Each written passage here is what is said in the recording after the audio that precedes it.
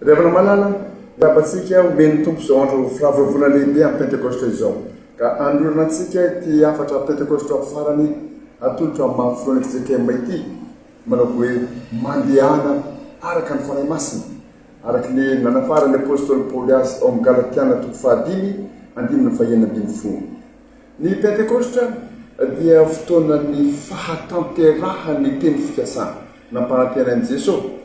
Fa raha andeha izy dia haniraka ny fanahy masina kosa. Ary dia nitanterahany zany satria mahatoky izy. Fa tsy mba tahaka ny olona zay mampanantena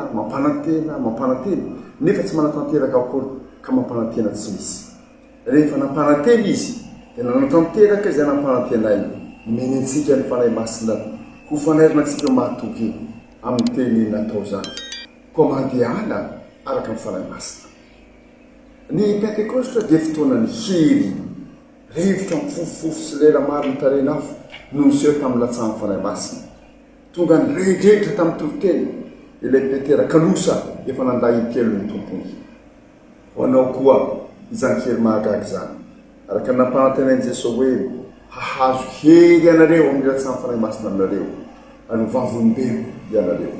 Koa mijoro amin'ny kely amin'ny fahamasinana eo anivo ny fahatompitondran-tena manenika amin'ny fiarahamonina. Mijoro amin'ny kely amin'ny fahamarinana eo anivo ny fahalovana mandifotra ny firenena. Mitsangana amin'ny kely handeha amin'ny fitiavana marina ny firenena eo anivo ny fitiavan-teny sy fitiavan-tseza ary fitiavam-pahefana manandevo ny maty fanahy. Eny mandehana araka ny fanahy masina. Ny Pentekosta dia fotoanan'ny fiovam-po marina. Olona 3,000 mahery anisan'ireo ny antso hoe omboy amin'ny hazo fijaliana izy. Tamin'ny fotoanany tsaran'ny Platon an'i Jesosy no indreo niova-fo ka nanaiky azy ho ilay Mesia.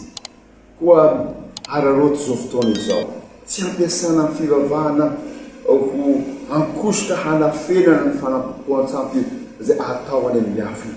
Hararoty izao Pentekosta izao mba hinona marina an'i Jesosy ka tsy ampiasana amin'ny fivavahana ho fonoka ampatoriana ny vahoaka hanohizana ny fampanatrana azy. Fa mba ho marina amin'ny finoanan'i Jesosy Kristy isika ka handaiky miantso ny tenin'Andriamanitra hoe mandehana araka ny fanahy masina. Dia ho Pentekosta sambatra feno ny fahamasinana sy ny kely ary ny fitiavana avy amin'ny fanahy masina ny ity Pentekosta 5:20 ity. Ary ho an'Andriamanitra ireny ny voninahitra.